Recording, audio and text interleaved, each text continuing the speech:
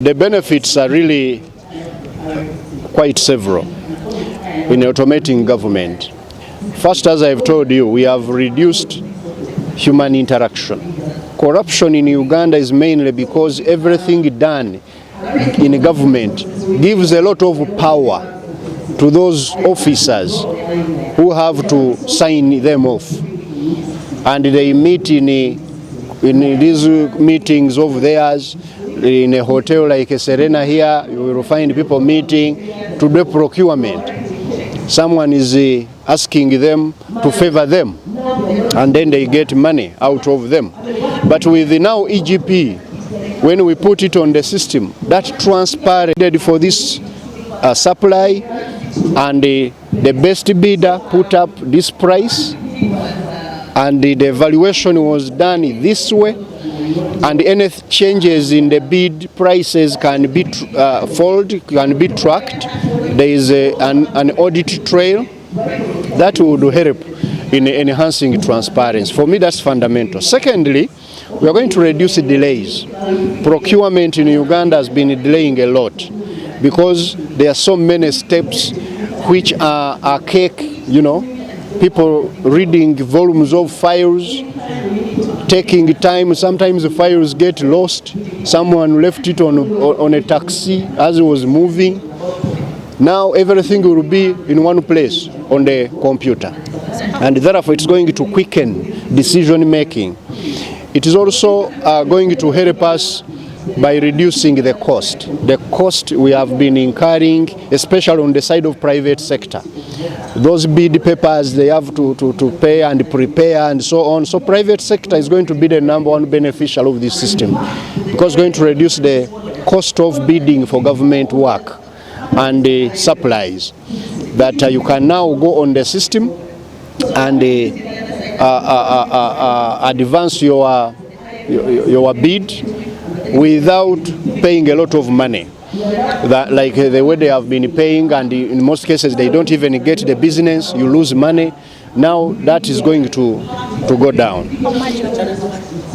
Of course, we have seen we need to work on change management. Many people, their mindset is still in a analog technology, having heaps of papers around them. They are not used to just clicking a computer screen and your job is done for a day. Now, so many people in government are not used to IT. They have been used to files moving around, especially like now procurement.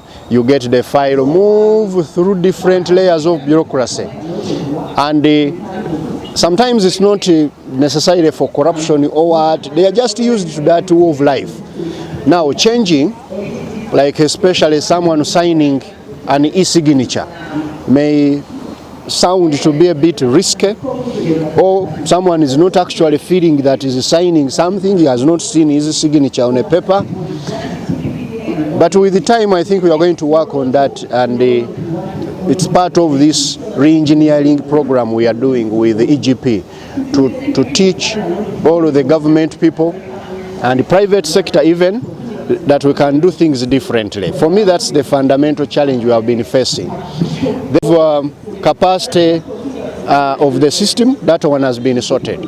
The World Bank told me in Washington that we have now the best electronic government procurement system in the region, amongst all our peers, right from South Africa to Egypt. The entire Africa, we have one of the best systems now. So it's about just to go and expedite the process of onboarding the remaining entities of government, because we have now finished the pilot. The system is working fantastically well. You have heard the testimonies of the accounting officers who have piloted it. They appreciate that now their job is much easier than they were in the past. Of course, that cyber security is a risk wherever you go online. That some people can hack into the system, but we are working on ensuring that we encrypt the entire system, and we have done that.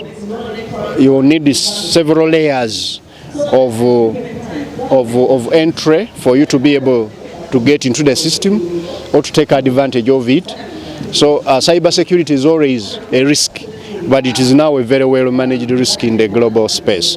But for the private sector, that's where usually the some risk is enhanced, because some people, like in the banking, for example, in the banking arena, someone who has an account in a bank, and that account, he has the application on his phone or her phone, but within the same phone they save the password and they lose the phone. Perhaps this phone is an Android, which someone can easily hack into.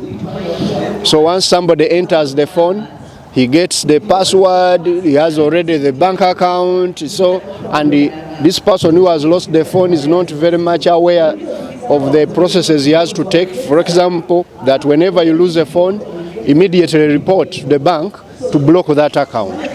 So within a few hours, someone can go and withdraw all the money. You have heard some of these stories.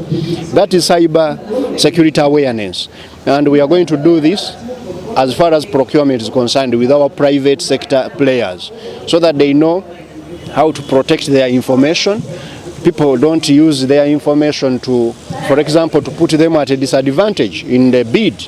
If, for example, you go on in a cafe, an internet cafe, and there is one person who's running a cafe in a certain village, in a local government, and is putting in the bid for one person, a bid for another and another, he can easily now share that information with these competitors of yours, and he tells them, this one will bid this price, you bid this one if you want to win.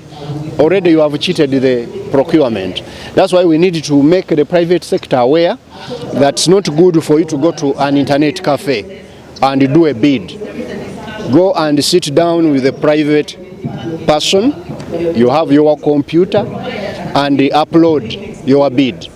Don't have a consultant of bids in a local government who's now uploading them for you. He is going to cheat. He's going to now give out your information to others. That's also part of the risks which we have to manage going forward. All government entities will be online. We are going to put them on a phased manner.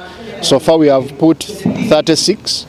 We are going to now onboard the remaining 420 in a phased manner.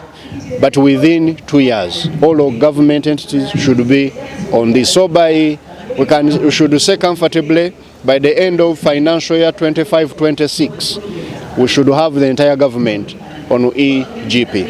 I've been telling my colleagues, we did two major things which have been affecting us. Number one is over-projectization of government. Everything is a project. Number two is overuse of consultants. Even simple things, we have to use a consultant. Why? We have been having internal discussions. I've talked to the Attorney General. I've talked to my colleagues at Public Service, the Minister of Public Service, because those public standing orders sometimes require that a certain work, if you are doing it outside your ambit as a ministry, you must get a consultant. Can you imagine? So we are going to review some of these things going forward and get things which work better. There are a number of things which can be done in government. Most of the innovations you see now in IT in-house, they are being done by NITAU, supporting institutions of government. In the Ministry of Finance, we now just get providers of services which no Ugandan can provide. And in that way, we want now to move a step further by looking at, can't we do this within government? Unless something really requires a consultant, and in that case, you will have to support the private sector, especially those who are already established to do certain things, then there we do it. But not everything should be really a consultancy, like you have seen. EGP failed when we used the consultants. When we did it in-house, using our own people and a few, other outsiders to support them, it worked. So we shall go ahead and first interrogate this internally, and then we we pronounce ourselves on it as a policy. No, procurement, most of the budget you see in Uganda goes through procurement. And in that case, you will find that for you, for example, to procure projects worth 20 trillion, you will spend not less than 10% of that money on just processes, getting projects done.